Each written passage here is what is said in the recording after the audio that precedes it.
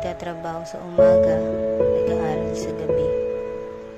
Office management ang kursong napili ko. Sa simula ay hindi ito madali, pero kakayanin ko. Sa lahat ng pagkakataon, gusto kong ipakitang karapat-dapat ako. Sa una, syempre nahirapan ako. Pero kalaunan, napakasaya pala ng ganito. Ang hakbang patungo sa pangarap ko. Iba't ibang tao ang nakakasalamuha ko. Sa bawat araw ay may natututuhan ako. Inspirasyon ko ang